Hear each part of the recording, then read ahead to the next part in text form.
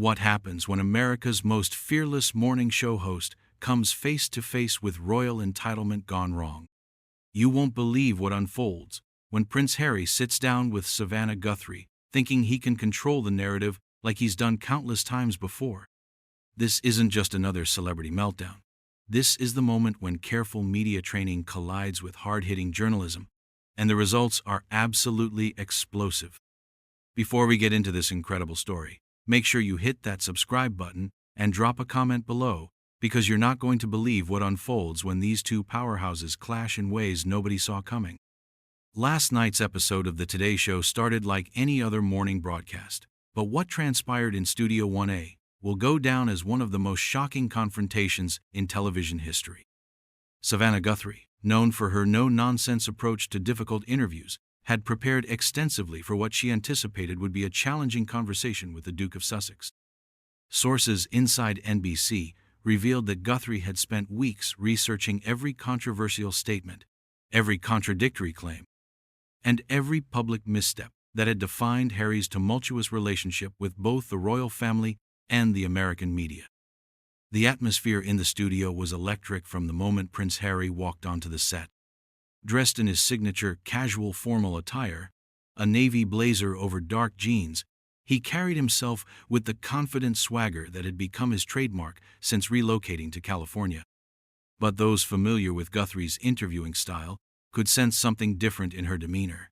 She wasn't offering the usual warm pleasantries that typically open celebrity segments. Instead, her greeting was cordial but noticeably cool, professional in a way that immediately signaled this wouldn't be the softball conversation Harry might have expected. "Your Royal Highness, thank you for joining us this morning," Guthrie began, her voice steady, but with an underlying edge that seasoned viewers would recognize as her preparation for battle mode. Harry settled into his chair, flashing that practiced smile that had charmed audiences worldwide, seemingly oblivious to the storm clouds gathering in his host's expression. "Please, just Harry," he replied with rehearsed casualness, "and thank you for having me, Savannah. Always a pleasure to be here in New York." But Guthrie wasn't interested in small talk. She dove straight into the deep end, with a question that immediately shifted the energy in the room.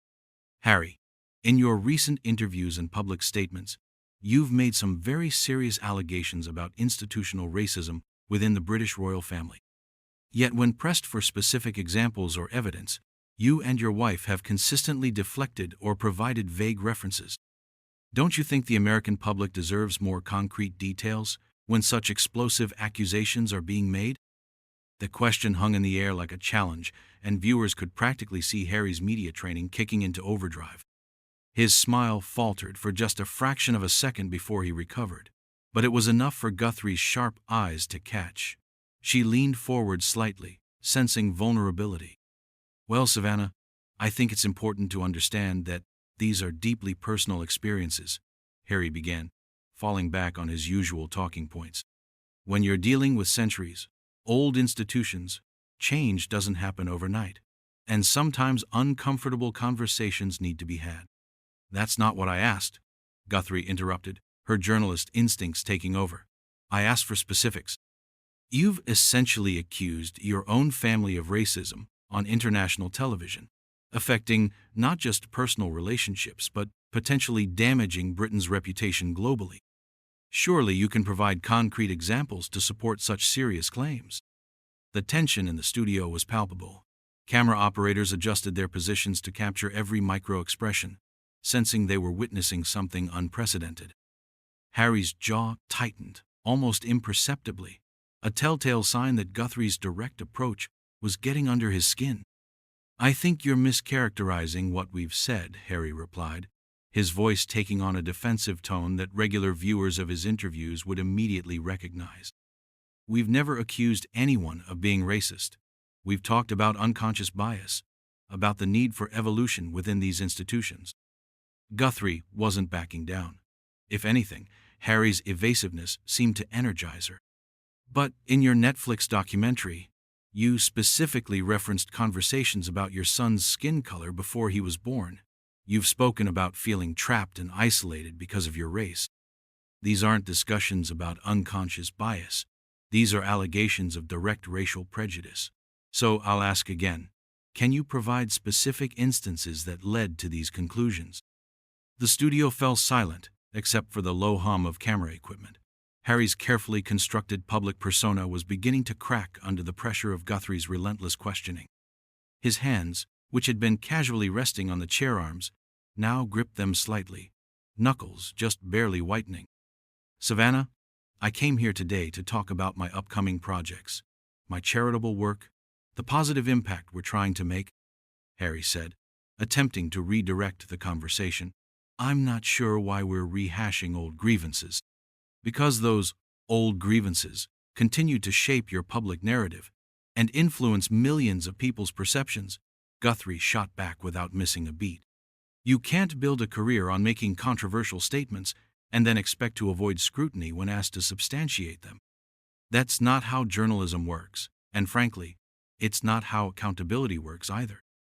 The word accountability seemed to strike a nerve.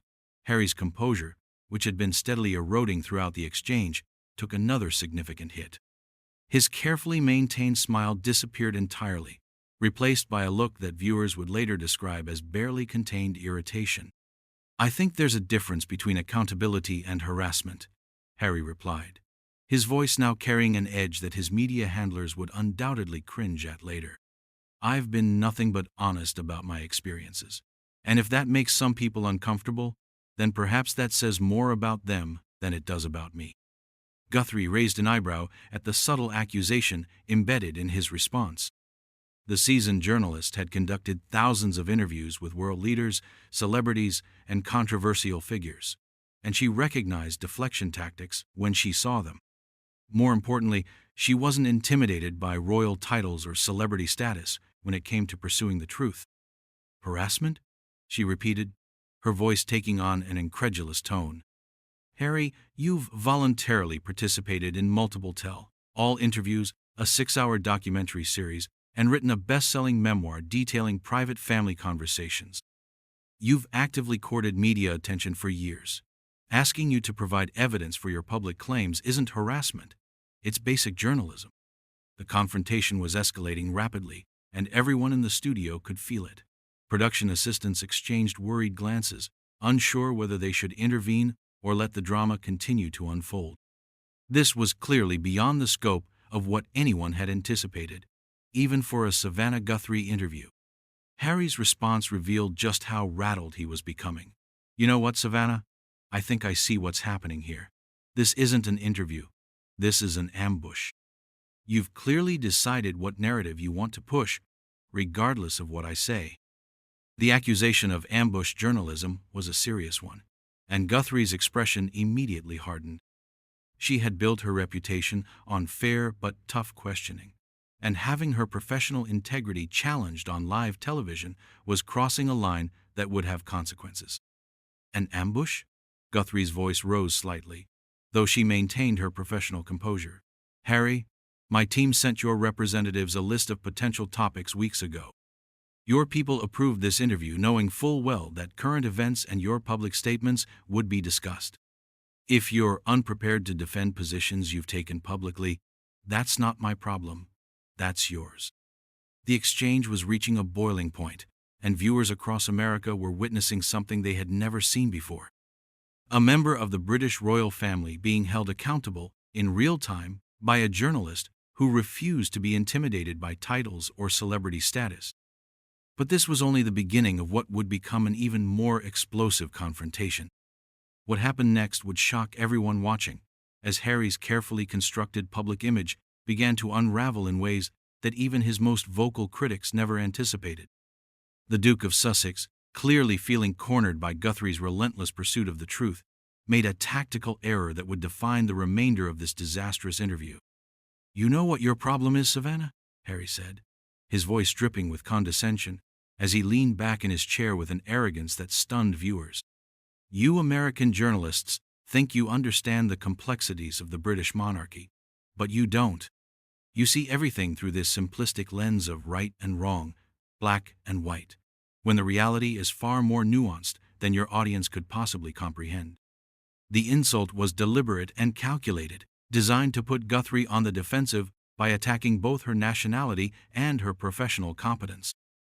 But if Harry thought this strategy would work, he had severely underestimated the woman sitting across from him.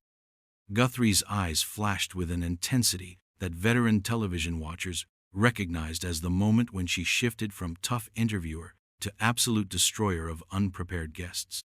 "Excuse me?" Guthrie's voice was dangerously quiet, the kind of calm that preceded a devastating storm. "Are you suggesting that American journalists are incapable of understanding complex international issues? Because I have to say, Harry, that's quite rich coming from someone who has spent the last 3 years doing nothing but American media interviews to trash his own family." The studio atmosphere became electric with tension, as Harry realized he had made a critical miscalculation. His attempt to diminish Guthrie had backfired spectacularly, and now he found himself facing a journalist who was no longer just pursuing a story. She was personally invested in dismantling his credibility piece by piece. "That's not what I meant." Harry backpedaled quickly, but the damage was already done. His attempt at damage control only made him appear weaker and more desperate. "I'm simply saying that outsiders looking in might not grasp all the subtleties involved." "Outsiders?" Guthrie pounced on the word like a predator sensing weakness. "Harry, you chose to become an outsider when you left your royal duties and moved to California. You chose to become an outsider when you started selling your family's private conversations to the highest bidder. You don't get to play the insider card when it's convenient, and the outsider card when you're being held accountable." The devastation in Guthrie's response was surgical in its precision, and viewers could see Harry's confidence crumbling in real time. His usual charm offensive tactics were proving useless against a journalist who had clearly done her homework and wasn't impressed by royal titles or celebrity status. "I never sold anything," Harry protested, but his voice lacked conviction. "Everything I've shared has been my truth, my lived experience." "Your truth?" Guthrie seized on the phrase with the intensity of a prosecutor who had just heard a confession. "Harry, that's exactly the problem. You keep talking about your truth as if facts are subjective, as if your perspective automatically makes something accurate just because you experienced it. But when you make public accusations that affect other people's reputations and livelihoods, your truth isn't enough. We need actual truth, supported by evidence." The methodical destruction of Harry's talking points was mesmerizing to watch. Guthrie had systematically dismantled every defense mechanism he typically relied on, leaving him exposed and increasingly desperate. His media training, which had served him well in friendlier interview settings, was proving inadequate against this level of professional scrutiny. "I don't have to prove anything to you or anyone else," Harry snapped, his royal composure finally cracking completely. "I know what I experienced. I know what my wife experienced. And if people choose not to believe us, that says more about society's problems with accepting difficult truths than it does about our credibility."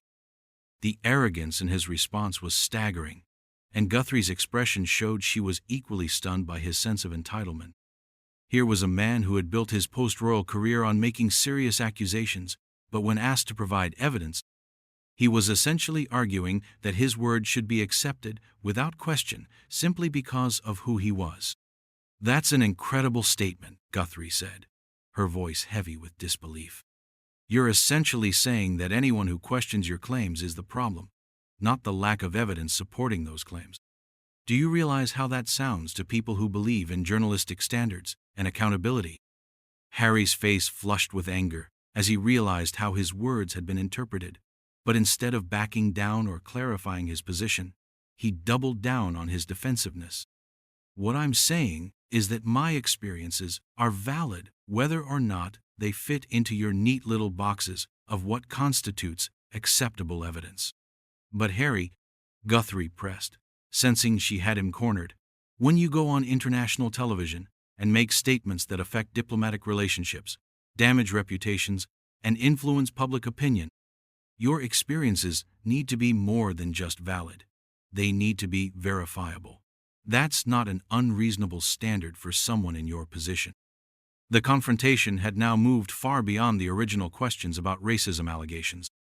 This had become a fundamental clash between two worldviews, Harry's belief that his status and personal experiences should shield him from scrutiny, and Guthrie's insistence that public figures must be held to the same standards of accountability as everyone else. "You know what I think this is really about?" Harry said, his voice taking on a nasty edge that viewers had never heard from him before. "I think you're threatened by the fact that we've chosen to tell our own story, instead of letting the traditional media control the narrative. This whole interview is just you trying to reassert your relevance in a world where people don't need journalists like you to access the truth." The personal attack was a bridge too far, and everyone in the studio could feel the shift in energy. Guthrie's professional demeanor hardened into something that bordered on fury, though she maintained enough control to channel it into devastating rhetorical precision. "Is that really what you think this is about?" Guthrie's voice was ice cold now, and Harry seemed to finally realize he had crossed a line from which there might be no return. "You think this is about my relevance? Harry, I've been doing this job for decades. I've interviewed presidents, world leaders, and yes, members of your own family. My relevance doesn't depend on you or anyone else's approval." The put-down was delivered with such controlled fury that it left Harry visibly shaken. He had clearly expected his attack on her profession to rattle her, but instead, it had unleashed something far more dangerous than he had anticipated.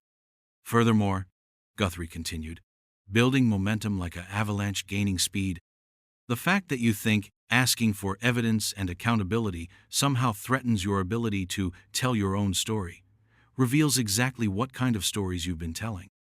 If your claims were solid, if your allegations were backed by facts, you'd welcome scrutiny, because it would vindicate you. The fact that you're so hostile to basic journalistic questions suggests you know your narrative can't withstand examination." Harry sat in stunned silence for a moment, clearly unprepared for the devastating logic of Guthrie's response. His attempt to attack her credibility had been turned back on him with surgical precision, and now he found himself in an even more precarious position than before. That's completely unfair," he stammered, his usual eloquence deserting him completely. "You're twisting everything I say." "I'm not twisting anything," Guthrie replied with deadly calm. "I'm holding you accountable for your own words, something that apparently hasn't happened to you in quite some time." The atmosphere in the studio had become so tense that production staff were beginning to worry about how much further this could escalate before someone needed to intervene. But Guthrie was just getting started, and Harry was about to discover that his worst nightmare was only beginning. What came next would cement this interview as one of the most brutal takedowns in television history, as Guthrie prepared to deliver the kind of journalistic knockout punch that would leave Harry with no choice but to flee the studio in humiliation. "Let me ask you something else, Harry," Guthrie said, her voice carrying the quiet confidence of someone who knew she held all the cards. "In your book, you wrote extensively about your military service, positioning yourself as a war hero who served his country with distinction. But recent reports have questioned some of your claims about your role in Afghanistan, specifically your statements about enemy kills and your actual combat involvement. How do you respond to veterans who say you've exaggerated your military record for personal gain?" The question hit Harry like a physical blow. His face went pale as he realized Guthrie had just opened a line of attack that threatened the very foundation of his post-royal identity. His military service was the one aspect of his public persona that had remained largely unquestioned, and now even that was under assault. That's completely out of line," Harry stuttered, his composure completely shattered. "My military service is not up for debate. I served my country honorably, and I won't sit here and listen to you question that." But Guthrie was relentless, sensing that she had found his breaking point. "I'm not questioning your service, Harry. I'm questioning your honesty about your service. There's a significant difference. You've built your entire brand on being the warrior prince, but if the details you've shared aren't accurate, then what else have you been dishonest about?" The devastating logic of her argument was undeniable, and Harry knew it. His hands were now visibly shaking with rage and humiliation as he struggled to formulate a response that wouldn't further damage his credibility. "You have no right," Harry said, his voice rising to a level that shocked everyone in the studio. "You have absolutely no right to sit there and question my service to my country. I put my life on the line while you were sitting safely in television studios asking softball questions to celebrities."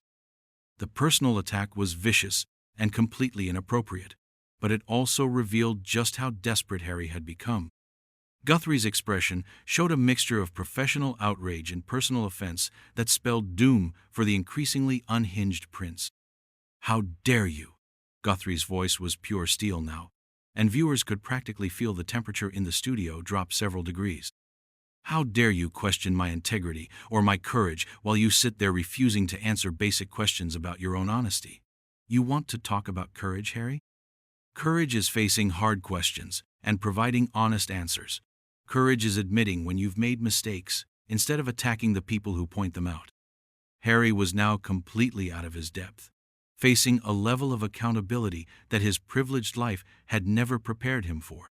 His attempt to intimidate Guthrie with personal attacks had backfired catastrophically, and he could see his carefully constructed public image crumbling in real time.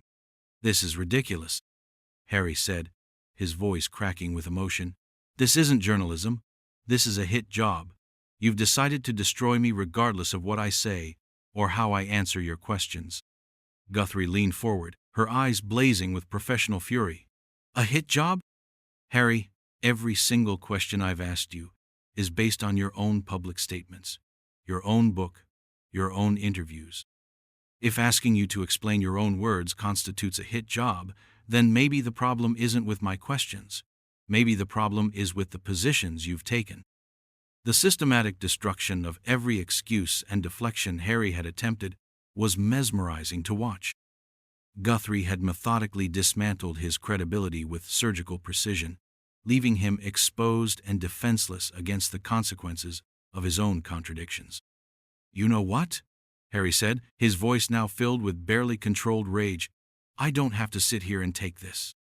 I came here in good faith to have a conversation, not to be ambushed by someone with a clear agenda against me and my family." But Guthrie wasn't about to let him escape without delivering one final devastating blow. "Good faith?"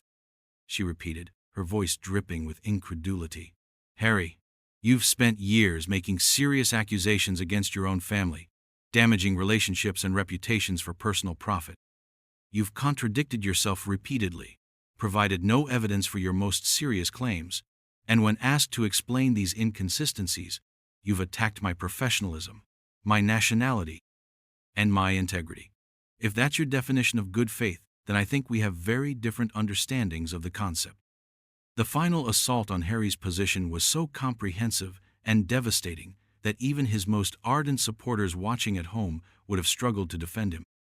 Guthrie had systematically exposed every flaw in his arguments, every contradiction in his narrative, and every weakness in his character.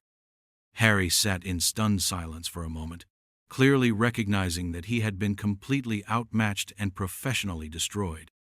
His face was flushed with humiliation and rage, as he realized that this interview would follow him for the rest of his career. "This is unbelievable," Harry said, his voice shaking as he began to remove his microphone. "I've never been treated with such disrespect in my entire life. This is exactly the kind of toxic media behavior that drove us out of Britain in the first place." Guthrie watched with steely calm as Harry fumbled with his audio equipment, his hands trembling with anger and embarrassment. "Harry, if you can't handle being asked to provide evidence for your public claims, then perhaps you shouldn't be making those claims in the first place." "I'm done," Harry announced, standing abruptly from his chair as his microphone pack clattered to the floor. "I'm absolutely done with this farce. You can edit this however you want to make yourself look good, but anyone watching will see exactly what kind of person you really are." The irony of his final accusation was lost on no one. Here was a man who had built his career on editing his own family's private moments for public consumption, now complaining about potential editing when faced with accountability for his own words. "We're broadcasting live, Harry," Guthrie reminded him with devastating calm. "There's no editing involved. What people are seeing is exactly what's happening. You being asked legitimate questions and choosing to run away rather than answer them." Harry paused at the edge of the set, his face a mask of barely controlled fury and humiliation. For a moment, it seemed like he might return to his chair and attempt to salvage some dignity from the disaster. Instead, he pointed an accusatory finger at Guthrie, his voice rising to a near shout. "You think you've won something here?" Harry's voice echoed through the studio as production assistants scrambled to figure out how to handle this unprecedented situation. "All you've done is prove that the media is exactly as toxic and biased as we've always said. This will backfire on you spectacularly." Guthrie remained seated, her professional composure intact even as chaos erupted around her. "The only thing I've proven, Harry, is that you can't defend your own public statements when subjected to basic journalistic scrutiny. If that feels toxic to you, then perhaps the problem isn't with journalism. Perhaps the problem is with your relationship to the truth." With that final exchange, Harry turned and stormed off the set, leaving behind his microphone, his dignity, and any remaining credibility he might have had with the American public. The camera lingered on Guthrie for a moment as she calmly straightened her notes, her expression showing neither triumph nor satisfaction, just the professional demeanor of a journalist who had done her job exactly as it should be done. "We'll be right back after this commercial break," Guthrie said to the camera, her voice steady despite having just witnessed and orchestrated one of the most dramatic interview failures in television history. As Harry disappeared through the studio exit, viewers across America had witnessed something unprecedented: a member of the British royal family being held fully accountable for his words and actions, only to crumble completely under the pressure of basic journalistic scrutiny. The man who had spent years criticizing others for their lack of accountability had just proven that he was utterly incapable of accepting accountability himself. The interview was over, but the damage to Harry's reputation was just beginning. In less than 30 minutes, Savannah Guthrie had accomplished what years of critics and skeptics had failed to do. She had completely exposed the hollow foundation upon which Prince Harry had built his post-royal career, leaving him with nowhere to hide from the consequences of his own contradictions.